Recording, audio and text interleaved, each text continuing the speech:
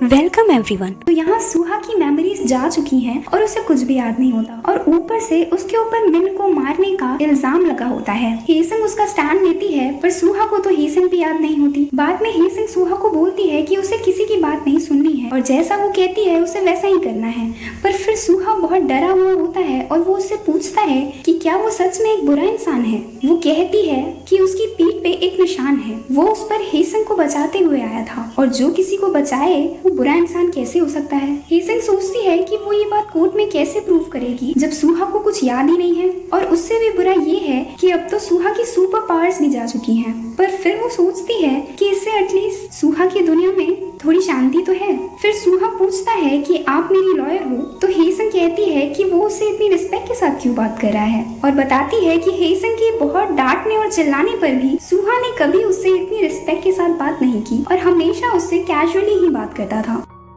सुहा कहता है कि आप मुझसे बड़ी हो और एक लॉयर भी हो, अगर फिर भी मैं आपसे इतनी कैजुअली बात करता था तब तो मैं जरूर ही एक बुरा इंसान होऊंगा। हेसंग उसे डांटती है और खुद को बुरा बोलने के लिए मना करती है। नेक्स्ट सीन में पता चलता है कि रिवर में से मिन की चीजों के साथ उसका कटा हुआ हाथ भी मिला है, जिससे सुहा के खिलाफ ये केस और भी ज्यादा स्ट्रॉन्ग हो जाता है। इधर हेसंग फाइनली 1 साल बाद लॉयर शिन से बात करती है और उनसे उनकी हेल्प मांगती है, तो वो पहले तो मना कर देते हैं पर फिर उसकी डेडिकेशन देख के वो मान जाते हैं और वो उसे अपने उसी फ्रेंड के केस के बारे में बताते हैं जिनसे हेसंग ने झूठी गवाही दिलवाने की कोशिश की थी। उनका नाम होता है मिस्टर वांग, जो कि पिछले 26 सालों से जेल में हैं। उनके ऊपर अपनी वाइफ को मारने का इल्जाम लगा होता है। उनका केस सुहा के केस से इसलिए थोड़ा सिमिलर है क्योंकि मिस्टर वांग को भी एक्सेसिव ड्रिंकिंग की वजह से मर्डर वाले दिन क्या हुआ था ये याद नहीं होता। नेक्स्ट सीन में सुहा को क्राइम सीन पर इन्वेस्टिगेशन के लिए ले जाया जाता है, तो हेसंग भी उसके साथ जाने लगती है। ऑफिसर्स उसे मना करते हैं पर वो कहती है कि वो सुहा की लॉयर है, तो वो लोग कहते हैं कि वैन में जगह नहीं है, पर हेसंग कुछ भी करके अंदर बैठ जाती है और कहती है कि मैं तो सुहा के साथ ही जाऊंगी, आप लोग दूसरी वैन से आइए। फिर वो सुहा का फेस कवर करती है। क्राइम सीन पर रिपोर्टर्स और ऑफिसर्स सुहा से बहुत सारे उल्टे सीधे सवाल पूछते हैं, जैसे कि वो सच में एक क्रिमिनल हो। सुहा तो बहुत डरा हुआ होता है पर तब हेसंग उसके लिए फाइट करती है और सबको सुहा से दूर करती है और कहती है कि अभी उसका क्राइम प्रूफ नहीं हुआ है तो उसे कोई भी क्रिमिनल की तरह ट्रीट नहीं कर सकता। ये न्यूज सब जगह आ रही होती है और सबको इस बारे में पता चल जाता है। बाद में सुहा को ये सब सोचकर बहुत डर लगता है और वो सोचता है कि कहीं उसने सच में कुछ गलत तो नहीं किया है, पर फिर उसे हेसंग की कही हुई बात याद आती है और वो थोड़ा शांत हो जाता है। उधर दूयोन हेसंग को बताती है कि सुहा के खिलाफ बहुत सारे एविडेंस हैं, तो अगर केस स्टार्ट होने से पहले कोर्ट में सुहा ने अपना क्राइम मान लिया तो उसे सिर्फ 10 साल की सजा होगी, पर अगर नहीं माना तो बाद में उसे बहुत लंबी सजा मिल सकती है। इन सब से हेसंग को लॉयर शिन की बात याद आती है कि मिस्टर वांग के केस के टाइम पर भी उनके सामने भी ये ऑप्शन था कि अगर मिस्टर वांग अपनी गलती मान लेते हैं तो उन्हें सिर्फ 14 साल की सजा होगी और अगर नहीं मानते तो बहुत लंबी सजा मिलेगी। और बाद में वो लोग केस हार जाते हैं और अब मिस्टर वांग पिछले 26 सालों से जेल में हैं। उधर हेसंग का टीम मेंबर कॉनवू से मिलने जाता है और उसे इमोशनल करते हुए बताता है कि कैसे हेसंग और सुहा कितनी प्रॉब्लम में हैं। कॉनवू कहता है कि अगर उसके पास सुहा के केस की फाइल होती तो शायद वो कुछ करता, तभी उसका टीम मेंबर उसके सामने फाइल्स रख देता है और कॉनवू समझ जाता है कि ये सब उसकी हेल्प मांगने के लिए उसके टीम मेंबर का प्लान था। उधर हेसंग सुहा से कहती है कि उसे कोर्ट में कहना है कि उसने ये मर्डर नहीं किया है। सुहा कहता है ठीक है। फिर हेसंग कहती है कि नहीं, तुम अपनी गलती मान लेना। सुहा कहता है ठीक है, तो हेसंग उस पर चिल्लाती है कि वो कुछ भी बोलने से पहले सोच क्यों नहीं रहा। तो सुहा कहता है कि इस वक्त वो सुहा को सुहा से भी ज्यादा अच्छे से जानती है, इसलिए वो जो भी कहेगी वो वही करेगा। हेसंग सुहा से कहती है कि उसे उस पर पूरा भरोसा है कि उसने कुछ गलत नहीं किया होगा और वो ये प्रूफ करके रहेगी। हेसंग उससे बहुत कैजुअली बात करती है क्योंकि वो उसके लिए बहुत नॉर्मल होता है, लेकिन सुहा को तो कुछ याद नहीं होता, तो उसे ये सब फर्स्ट टाइम जैसा लगता है और वो सोचता है कि हेसंग उसकी कितनी केयर करती है और ये सोच के उसे काफी अच्छा और नॉर्मल फील होता है।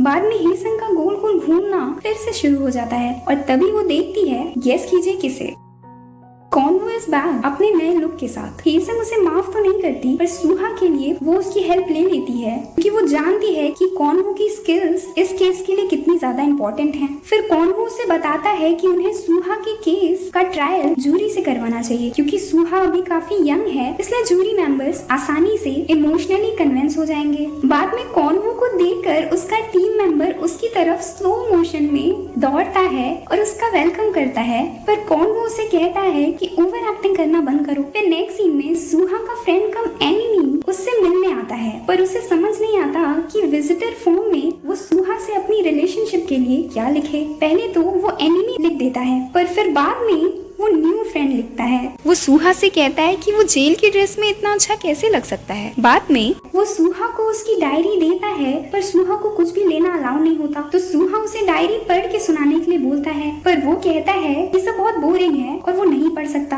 और फिर वो उठ के जाने लगता है। तो सुहा उससे रिक्वेस्ट करता है और फिर वो पढ़ना स्टार्ट करता है, पर वो उसे इतनी बोरिंग तरीके से पढ़ता है जिससे सुहा को कुछ समझ में ही नहीं आता है, और हर एक लाइन पे वो अपनी कमेंट्री भी देता रहता था। उसने एक जगह सुहा ने अपनी तारीफ लिखी होती है तो उसका फ्रेंड फ्रस्ट्रेट हो जाता है और चला जाता है। ऐसे ही वो रोज आता और उसे थोड़ा बहुत पढ़ के सुनाता था। उधर सुहा की फ्रेंड रोज उससे मिलने के लिए आती, पर सुहा के लिए एक दिन में सिर्फ एक ही विजिटर अलाउ था, तो हर बार उसे सुहा की न्यू फ्रेंड की वजह से वापस जाना पड़ता। एक दिन सुहा का न्यू फ्रेंड उसकी डायरी में उसकी एक्वेरियम जाने की विश पढ़ता है, तो सुहा को हेसन के साथ एक्वेरियम जाने के कुछ फ्लैशेस आते हैं। उसका फ्रेंड पूछता है कि जिस मिस्ट्री नूना के बारे में उसने हर जगह लिखा हुआ है, क्या वो लॉयर हेसन है? सुहा कहता है कि शायद, पर उसे कुछ ठीक से याद नहीं। जब सुहा का फ्रेंड बाहर आता है तो सुहा की फ्रेंड उसे एक किक देती है और कहती है कि वो कब से सुहा का फ्रेंड बन गया। वो उसे कहता है कि अब उसे सुहा का पीछा करना छोड़ देना चाहिए, क्योंकि अब वो लोग बच्चे नहीं हैं और वो जो चाहती है वो तो इम्पॉसिबल है। सुहा की फ्रेंड कहती है कि उसे पता है और रोते हुए चली जाती है, पर फिर सुहा का फ्रेंड उसके पीछे जाता है। नेक्स्ट सीन में सुहा हेसन को बताता है कि लास्ट थिंग जो उसे याद है वो ये है कि जब वो होश में आया था तो वो एक ओल्ड मैन के घर में था और उन्होंने कहा कि वो उसके रिलेटिव हैं। फिर सुहा उससे पूछता है कि वो उसकी इतनी हेल्प क्यों कर रही है, तो वो कहती है क्योंकि सुहा ने पहले उसकी बहुत हेल्प की है। फिर सुहा पूछता है कि क्या वो उसे लाइक करता था, तो हेसन को उसका कन्फेशन याद आता है, पर वो कहती है कि सुहा उसे बिल्कुल लाइक नहीं करता था। बाद में सुहा को अचानक सर में बहुत पेन होता है और उसे कुछ फ्लैशेस आते हैं और उसमें सुहा और मिन रिवर के पास खड़े होते हैं और मिन बुरी तरह से रो रहा होता है। सुहा को कुछ समझ में नहीं आता। फिर केस की हियरिंग स्टार्ट होती है और हेसन सोचती है कि आज तक उसने सारे केसेस सुहा की सुपर पावर्स की वजह से ही जीते हैं, पर क्या इस बार वो खुद से जीत पाएगी? फिर दुयोन केस के बारे में जूरी मेंबर्स को बताती है और इधर सुहा को फिर से कुछ फ्लैशेस आते हैं और इस बार दिखाया जाता है कि मिन बहुत पेन में होता है और सुहा उसके सामने पूरी तरह से शॉक में खड़ा रहता है। इन सब से सुहा को लगने लगता है कि शायद उसने सच में मिन को मार दिया है। तभी जज उससे पूछते हैं कि क्या वो अपना क्राइम मानता है, तो सुहा बहुत कंफ्यूज दिखाई देता है। फिर वो हेसन की तरफ देखता है और कहता है कि उसने कोई क्राइम नहीं किया है। फिर हियरिंग के टाइम पर दोनों साइड से स्ट्रॉन्ग पॉइंट्स सामने रखे जाते हैं। दुयोन वो सीसीटीवी फुटेज दिखाती है जिसमें सुहा उस रेस्टोरेंट में मिन की चटनी इडली सांभर बना रहा होता है और काफी जूरी मेंबर्स सुहा के अगेंस्ट हो जाते हैं और ये देखकर हेसन के दिमाग का दही हो रहा होता है और फिर उस दही का रायता बनाती है दुयोन, ये बोलकर कि सुहा ने मिन को मार के बाद में उसकी बॉडी के पीसेस किए और उसे कहीं छुपा दिया और 1 साल तक बहुत चालाकी से वो खुद भी कहीं छुपा रहा, पर फिर मिन का कटा हुआ हाथ मिलने से सब कुछ सामने आ गया। हेसन बिल्कुल होपलेस हो जाती है, पर फिर हमारा इंटेलिजेंट कॉन्वो कब काम आएगा? वो बोलता है कि इन्वेस्टिगेशन में ये प्रूफ हुआ है कि ये क्राइम उस रात 11 से 3 बजे के बीच में हुआ था और वो भी एक 15 सेंटीमीटर की नाइफ से, और बताता है कि मिन एक 80 केजी का पर्सन था। फिर वो सबको एक वीडियो दिखाता है जिसमें वो खुद एक बड़े से 80 केजी की मीट को कट करता है और वो भी एक 15 सेंटीमीटर की नाइफ से, और टाइम रिकॉर्ड हो रहा होता है। वो बताता है कि उसे ये पूरा मीट काटने में टोटल 7 घंटे लगे हैं। तो फिर इतनी कम एज का सुहा जिसकी पीठ पर उस वक्त बुरी तरह से चोट लगी थी, वो मिन की 80 केजी की बॉडी को सिर्फ 3-4 घंटों में इतनी छोटी नाइफ से कैसे कट कर सकता है? और फिर वो बोलता है कि सस्पेक्ट में तो वो ओल्ड मैन भी आते हैं जिन्होंने झूठ बोलकर पिछले 1 साल से सुहा को अपने पास रखा था। तो दुयोन कहती है कि उनकी एज 80 प्लस है तो वो ये क्राइम कैसे कर सकते हैं, और केस काफी कंफ्यूजिंग हो जाता है। बाद में लॉयर शिन हेसन से कहते हैं कि जूरी मेंबर्स को कन्विंस करने के लिए उन्हें कुछ स्ट्रॉन्ग एविडेंस देना होगा। कॉन्वो बताता है कि उसने अपने टीम मेंबर को उस पर्सन के बारे में पता लगाने के लिए भेजा है जिसने पुलिस को सुहा के बारे में बताया था, क्योंकि वो पर्सन सुहा जिस विलेज में मिला था उससे बहुत ज्यादा दूर रहता है। फिर उसे सुहा के बारे में कैसे पता चला? तभी उनके टीम मेंबर का कॉल आता है और वो बताता है कि वो पर्सन तो एक मिडिल एज लेडी है और सब फिर से होपलेस हो जाते हैं। उधर सुहा को बार बार वही फ्लैशेस आ रहे होते हैं और वो बहुत ज्यादा डर चुका होता है। तो वो हेसंग से कहता है कि अब तो उसे खुद पे भी बिलीव नहीं हो रहा है, तो हेसंग कैसे उस पे इतना बिलीव कर सकती है। तो हेसंग कहती है कि सुहा ने उससे प्रॉमिस किया था। तो सुहा कहता है कि सिर्फ एक प्रॉमिस की वजह से। तो फिर वो उसे बताती है कि तुम एक ऐसे इंसान हो जो अपना 10 साल पहले किया हुआ प्रॉमिस भी नहीं भूला, तो फिर 1 साल पहले किया हुआ प्रॉमिस वो कैसे भूल सकता है। और फिर केस के टाइम पर भी वो उसे संभालती है और उस पर ट्रस्ट करने के लिए बोलती है। बाद में लॉयर शिन कहते हैं कि ये केस पूरी तरह से उनके फ्रेंड मिस्टर वांग के केस का कॉपी होता जा रहा है और मिन भी काफी सालों तक मिस्टर वांग के साथ जेल में रहा है। तो मिस्टर वांग ने उसे अपने केस के बारे में तो बताया ही होगा और इस केस का मिस्टर वांग के केस से इतना सिमिलर होना ये प्रूफ करता है कि शायद ये सब खुद मिन का प्लान है और वो ये सब सुहा को जेल भेजने के लिए कर रहा है। और फिर हेसंग केस के टाइम पर कोर्ट के सामने मिन के जिंदा होने की बात रखती है। उधर हेसंग का टीम मेंबर उस लेडी से बात करने की कोशिश करता है और बातों बातों में वो उससे कहता है कि सुहा काफी प्रिटी लगती थी, है ना। तो वो कहती है हाँ, और उसके बाल भी काफी अच्छे हैं। तब वो बोलता है कि सुहा एक लड़की नहीं लड़का है और फिर उस लेडी का चेहरा देखने लायक होता है। उधर दुयोन उस इंस्पेक्टर को बुलाती है जो बताता है कि सुहा ने एक बार पुलिस स्टेशन में आकर मिन को मारने की बात कही थी। तो कौन वो उसे उस इंसिडेंट के बारे में बताने के लिए बोलता है जब उसकी गन खो गई थी और उसने कहा था कि सुहा ने उसकी गन ली है। तो वो इंस्पेक्टर कुछ नहीं बोलता, पर फिर हेसंग उसे इशारे में बोलती है कि अगर उसने सच नहीं बोला तो वो यहाँ से जिंदा नहीं जाने वाला। तो वो इंस्पेक्टर सब कुछ बताता है कि सुहा ने गन नहीं ली थी। फिर दुयोन कहती है कि जो नाइफ रिवर से मिली है उस पे सुहा के फिंगरप्रिंट्स हैं। तो हेसंग कहती है कि उस पर मिन के भी फिंगरप्रिंट्स हैं। और फिर हेसंग मिस्टर वांग को बुलाती है जो बताते हैं कि उन्होंने अपने केस के बारे में मिन को बताया था, जिससे ये प्रूफ हो जाता है कि मिन ने ही ये सब सुहा को फंसाने के लिए किया है और वो अभी कहीं छुपा हुआ है। और फिर वो लोग केस जीत जाते हैं और फाइनली सुहा के फेस पे थोड़ी स्माइल आती है। फिर नेक्स्ट सीन में सुहा को अपना एड्रेस याद नहीं होता, तो हेसंग उसे उसके घर लेकर जाती है, पर वहाँ जाकर सुहा को अपना लॉक पासवर्ड भी याद नहीं आता। तो हेसंग लॉकस्मिथ को बुलाती है और फिर वो लोग वहीं वेट करते हैं। सुहा कहता है कि अगर मिन जिंदा है तो इसका मतलब हेसंग की जान अभी भी खतरे में है। अगर वो उसे मार देता तो हेसंग हमेशा सेफ रहती। और यहाँ दिखाया जाता है कि भले ही सुहा की मेमोरीज चली गई हो, पर वो अभी भी हेसंग के लिए ही वरिड है। हेसंग उसे कहती है कि मिन का जिंदा होना सुहा की जेल जाने से 100 गुना ज्यादा अच्छा है। फिर वो दोनों बात करते रहते हैं और हेसंग वहीं पर सो जाती है। सुहा सोचता है कि हेसंग उसकी इतनी ज्यादा केयर करती है और कुछ तो है जो हेसंग उसे बता नहीं रही। और फिर वो दूसरे दिन उससे सब कुछ पूछने का डिसाइड करता है। फिर हेसंग उठती है तो देखती है कि वो सुहा के घर में है और वो सुहा के लिए ढेर सारे नोट्स बनाती है और चली जाती है। दूसरी सुबह सुहा को फिर से वो फ्लैशेस आते हैं और इस बार सुहा कहीं भाग रहा होता है और तभी उसका अचानक एक्सीडेंट हो जाता है। इधर उसकी नींद खुलती है और वो देखता है कि हेसंग उसके लिए कई सारी नोट्स बना के गई होती है, जिसमें उसे क्या क्या करना है वो सब लिखा होता है, जैसे अपना बैंक अकाउंट चेक करना, डॉक्टर से मिलना, एंट्रेंस एग्जाम के लिए प्रिपेयर करना, अपने फ्रेंड्स को कॉल करना, ज्यादा से ज्यादा फ्रेंड्स बनाना और किसी को डेट करना स्टार्ट करना। सुहा लास्ट वाला नोट फेंक देता है। फिर वो देखता है कि एक नोट में लिखा होता है कि हेसंग को कभी कांटेक्ट नहीं करना है।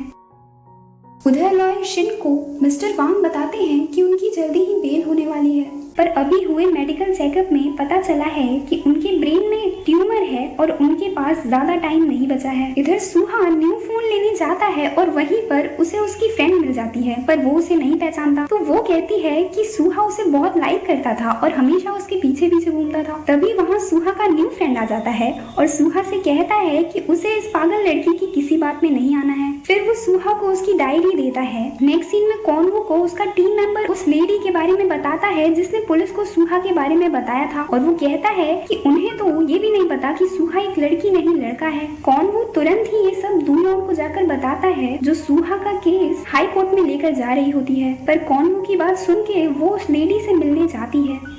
इधर सुहा हेसंग के दिए हुए सारे काम एक्साइटेडली दौड़ दौड़ कर स्माइल के साथ कर रहा होता है। फिर वो अपनी स्टडीज करता है और ब्रेक लेने के लिए अपनी डायरी पढ़ता है और तभी उसे हेसंग के साथ कुछ टाइम याद आता है और वो हेसंग से मिलने के लिए निकल जाता है। इधर कॉन्वो हेसंग से वापस उसके पास आने के लिए पूछता है तो वो मना कर देती है। वो उसका रीजन पूछता है तो वो उसे बताती है, लेकिन हम व्यूअर्स को अभी ये रीजन दिखाया नहीं जाता। नेक्स्ट सीन में सूहा हेसंग को ढूंढता हुआ उसके ऑफिस आता है, पर हेसंग छुप जाती है और वो डिसअपॉइंट होकर चला जाता है। बाद में एक केस की वजह से हेसंग को ढेर सारे लोग मिलकर परेशान कर रहे होते हैं और वो बुरी तरह से फंसी होती है, पर तभी एक जज वहाँ आते हैं और उसे बचाते हैं। पर हेसंग उन्हें थैंक यू भी नहीं कहती है और जाने लगती है। तभी वो देखती है कि सामने से सूहा उसी तरफ आ रहा है, तो वो दौड़कर जज किम के पीछे छुप जाती है। जज किम भी उसे छुपने में पूरी हेल्प करते हैं। वो उनके पीछे पीछे छुपते हुए चलती रहती है और सूहा के जाते ही वो फिर से बिना थैंक यू बोले ही जाने लगती है। जज किम कहते हैं कि तुम्हें थैंक यू बोलना नहीं आता क्या? तो वो कहती है कि थैंक यू की क्या जरूरत है, आखिर वो भी तो इसी तरफ आ रहे थे ना। फिर नेक्स्ट सीन में दूयोन उस मिडिल एज लेडी के पास जाती है और उसे अपने तरीके से समझाती है। तो वो उसे बताती है कि किसी रैंडम पर्सन ने उन्हें सूहा के बारे में बताया था। तो दूयोन उन्हें कुछ फोटोज दिखाती है, उसमें मिन की फोटो भी होती है। वो मिन को पहचान जाती है पर दूयोन को कुछ बताती नहीं। और फिर दिखाया जाता है कि वहीं पर एक वैन में कोई बैठा होता है और उसका एक हाथ प्रोस्थेटिक मतलब नकली होता है और फिर उसका चेहरा दिखाया जाता है, तो वो और कोई नहीं मिन ही होता है। नेक्स्ट सीन में रात हो जाती है और सूहा अभी तक हेसंग का वेट कर रहा होता है। हेसंग बाहर आती है पर सूहा को देखकर वो फिर छिपने लगती है, पर सूहा उसे रोक लेता है और बात करने के लिए बोलता है। तो वो उसे कैफे में लेके जाती है। सूहा पहले तो उससे थैंक्स कहता है उसने जो भी उसके लिए किया। फिर वो पूछता है कि हेसंग ने उसे कॉल करने से क्यों मना किया। तो वो कहती है कि वो बहुत बिजी रहती है और उसे बहुत काम है और वो बिल्कुल भी फ्री नहीं है कि वो किसी का भी फोन उठाए एक्सेट्रा एक्सेट्रा। वो उसे फिर से पूछता है कि क्या सच में वो उसे लाइक नहीं करता था। तो वो कहती है बिल्कुल भी नहीं। तो वो कहता है और तुम भी मुझे हेट करती थी। हेसन थोड़ा रुकती है और फिर कहती है कि वो उसे हेट नहीं बहुत ज्यादा हेट करती थी, क्योंकि वो उसके साथ बहुत रूड बिहेव करता था और उसकी कोई बात नहीं सुनता था। सूहा पूछता है अगर वो उसे इतना हेट करती थी तो उसने उसकी हेल्प क्यों की। तो हेसन कहती है कि वो बस मिन को सजा दिलाना चाहती है क्योंकि उसने उसकी मॉम को मारा था। फिर वो उठती है और कहती है कि उसने सारे क्वेश्चंस का आंसर दे दिया है, तो अब सब कुछ यहीं पर एंड होता है और जाने लगती है। पर तभी सूहा उठता है और उसे रोकता है और सॉरी कहता है अपनी पहले के रूड बिहेवियर के लिए और उसकी बात नहीं मानने के लिए, और कहता है कि अगर वो उसे हेट करती है तब भी क्या वो उसके साथ रह सकती है। वो कहता है कि उसे हेसन के अलावा और कुछ भी याद नहीं है और अगर हेसन भी उसे अकेला छोड़ देगी तो वो तभी कॉन्वो हेसन को कॉल करता है और उसके साथ मूवी देखने का बहाना बना के वहाँ से निकलने के लिए बोलता है। हेसन ऐसा ही करती है। सूहा उन दोनों को जाते हुए देखता है और अचानक पैनिक होने लगता है और हेसन से चिल्लाते हुए रुकने को बोलता है। वो उसकी टैक्सी के पीछे दौड़ता है पर वो लोग चले जाते हैं। बाद में हेसन कॉन्वो को थैंक्स कहती है और वो उसे उसके घर तक छोड़ता है। उधर सूहा वहीं पर बैठा होता है और उसे हेसन और कॉन्वो की कुछ मेमोरीज याद आती हैं। इधर हेसन अपना काम कर रही होती है, तभी वो देखती है कि बाहर बारिश हो रही होती है। नेक्स्ट सीन में दिखाया जाता है कि कॉन्वो बस स्टॉप पर बारिश से बचने की कोशिश कर रहा होता है। तभी वो हेसन को अम्ब्रेला लेके टैक्सी में जाते हुए देखता है और फिर उसे हेसन का वो जवाब याद आता है तब का, जब उसने आज सुबह हेसन से उसके पास वापस ना आने का रीजन पूछा था। तब हेसन ने कहा था कि उसके लिए भी ये बहुत स्ट्रेंज है, पर वो हर वक्त सूहा के लिए वरिड रहती है और हर वक्त उसके दिमाग में सूहा चलता रहता है। लेकिन फिर वो कहती है कि चाहे जो भी करना पड़े वो अपने दिमाग से सूहा को निकाल के ही रहेगी, लेकिन कैसे ये वो खुद भी नहीं जानती। और फिर नेक्स्ट सीन में दिखाया जाता है कि हेसन सूहा के सामने जाती है जो बारिश में भीग रहा होता है और फिर वो अम्ब्रेला वहीं पर गिरा देती है और खुद से बोलती है कि लगता है वो पूरी तरह पागल हो गई है। सूहा उसे देखकर बहुत खुश हो जाता है और अम्ब्रेला हेसन के ऊपर कर देता है और स्माइल करता रहता है। फिर नेक्स्ट सीन में हेसन सूहा को अपने घर लेकर आती है और उससे कहती है कि जब तक उसकी मेमोरीज वापस नहीं आ जाती सिर्फ तब तक वो यहाँ रह सकता है। वो उसे बताती है कि हाई कोर्ट में उसके केस में वो उसकी लॉयर नहीं हो सकती और उसे अपनी मेमोरीज को याद करना ही होगा। फिर वो देखती है कि सूहा की आंखों में काफी स्वेलिंग आई होती है। वो उसे पूछती है तो वो बताता है कि बुरे सपने आने की वजह से वो ठीक से सो नहीं पाता। हेसन कहती है कि पहले तो वो बहुत ही अच्छे से सोता था कि किसी के उठाने से भी नहीं उठता था। तभी वो देखती है कि पीछे सूहा वहीं सो गया होता है। दूसरे दिन सूहा पहली बार अच्छी नींद लेने के बाद उठता है और जैसा कि हेसन ने उससे कहा था वो उन सारी मेमोरीज के नोट्स बनाता है जो भी उसे याद हैं। उधर दूयोन फिर से उस लेडी के पास जाती है और इस बार वो उससे पूछती है कि वो पर्सन जिसने उसे सुहा के बारे में बताया था उसका हाथ कैसा था। तो वो थोड़ा डर जाती है और तुरंत ही कहती है कि उसका हाथ बिल्कुल ठीक था, उसके हाथ में कोई प्रॉब्लम नहीं थी। और दुयोन बोलती है कि उसने तो ये पूछा ही नहीं कि उसके हाथ में कोई प्रॉब्लम थी या नहीं। उधर हेसन कॉन्वो के पास सुहा का केस लेके जाती है, पर फिर वो सोचती है कि वो कॉन्वो को सुहा का केस लेने के लिए कैसे बोल सकती है जब कल ही उसने कॉन्वो को बताया है कि वो उसे सुहा की वजह से रिजेक्ट कर रही है। वो इतनी शेमलेस कैसे हो सकती है। लेकिन फिर वो सोचती है कि कॉन्वो के अलावा और कोई भी सुहा का केस इतने अच्छे से हैंडल नहीं कर सकता। वो ये सब सोच ही रही होती है कि कॉन्वो वहाँ आ जाता है और गेस कर लेता है कि हेसन वहाँ सुहा के लिए ही आई है। हेसन मना कर देती है और जाने लगती है, पर हमारा बहुत ही ज्यादा अच्छा कॉन्वो कहता है कि वो सुहा का केस लेगा क्योंकि वो हेसन के लिए इतना तो कर ही सकता है। हेसन शॉक हो जाती है और उसे थैंक्स कहती है। कॉन्वो के लिए सुहा का केस लेना बहुत ही ज्यादा हार्ट ब्रेकिंग होता है, पर वो स्माइल के साथ केस की स्टडी करना शुरू करता है। उधर मिन उस मिडिल एज लेडी से बात करता है और फिर वो खुद से कहता है कि जो शुरू हुआ है वो उसे एंड करके रहेगा। इधर सुहा को अचानक काफी बुरे फ्लैशेस आते हैं और इस बार इन फ्लैशेस में मिन चिल्लाते हुए कहता है कि इन सारी क्राइम की शुरुआत उसने नहीं, सुहा के डैड ने की थी। और ये पार्ट यही खत्म हो जाता है। आगे की स्टोरी पता चलेगी आपको नेक्स्ट पार्ट में, और अब ये स्टोरी और भी ज्यादा इंटरेस्टिंग होने वाली है। तो अगर आपको ये स्टोरी पसंद आ रही हो तो लाइक, शेयर एंड सब्सक्राइब, और नेक्स्ट पार्ट आने तक कीप स्माइलिंग।